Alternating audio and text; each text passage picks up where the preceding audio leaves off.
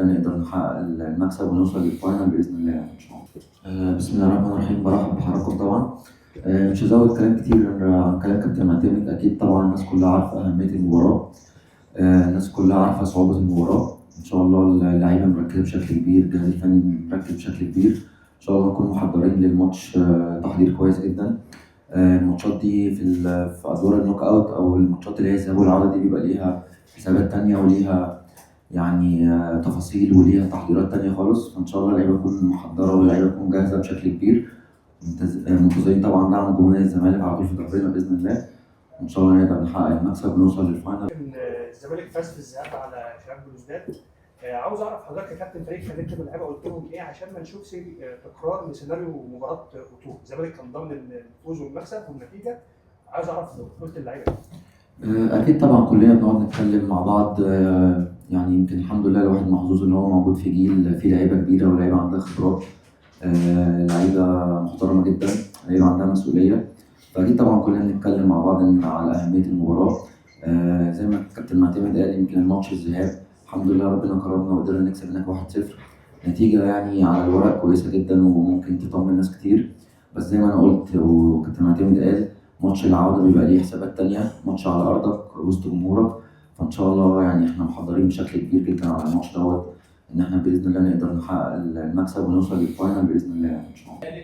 بعد تولي الكابتن معتمد، هل هو تغيير نفسي أم تغيير نفسي وفني في نفس الوقت؟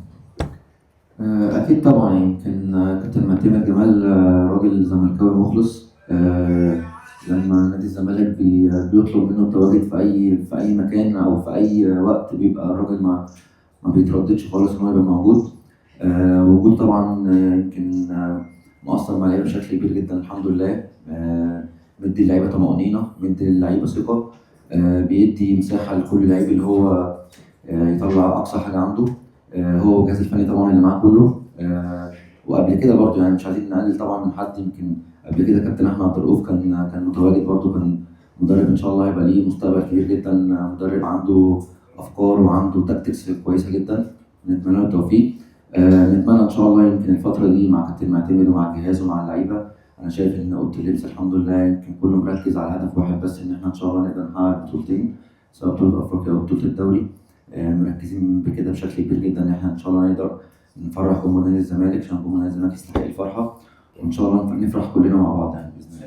فنيا هل حصل تغيير؟ اكيد طبعا فنيا. يمكن زي ما انا قلت كابتن معتمد طول ما هو بيبقى موجود مع الفرقه بيبقى فيه فوارق فنيه كبيره جدا بتبان على الفرقه. زي ما انا قلت بيدي للعيبه مساحه ان هي بيبقى فيه شويه يعني ابداع او شويه سبيس للفرقه. مركزين في كل النقط اللي كابتن معتمد بيقول عليها. التاكتكس طبعا مهمه جدا ان هو بيقول عليها، سواء في الكور الثابته او في مجريات اللعب. وان شاء الله زي ما انا قلت يعني هو كابتن معتمد هو يستحق ان هو ياخد بطوله معانا باذن الله، عشان هو راجل مخلص وراجل يعني محب نادي الزمالك بشكل كبير جدا. وان شاء الله يعني نفرح كلنا مع بعض زي ما انا قلت. شكرا. الفريق اخر مباراه جمعت بين الزمالك وشباب بلوزداد في القاهره شهدت فوز الفريق جزائري، هل ده بيمثل دافع قوي اضافي للفريق انه يحقق الفوز؟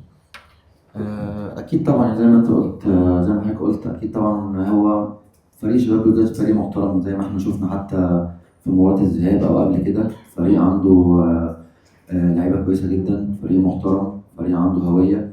احنا محضرين الماتش بشكل كبير. يمكن مش عايزين نفكر في الحاجات الوحشه اللي فاتت قبل كده. احنا ان شاء الله مركزين في السنه دي او الموسم دوت ان احنا نطلع اقصى حاجه عندنا ونقاتل كلنا من اجل هدف واحد، ان احنا نكسب البطولتين باذن الله ونسعد جمهور نادي الزمالك زي ما انا قلت. يمكن الماتش ده اعتقد كان في دوري ابطال افريقيا وخلص 1-0 في مصر ضربه جزاء.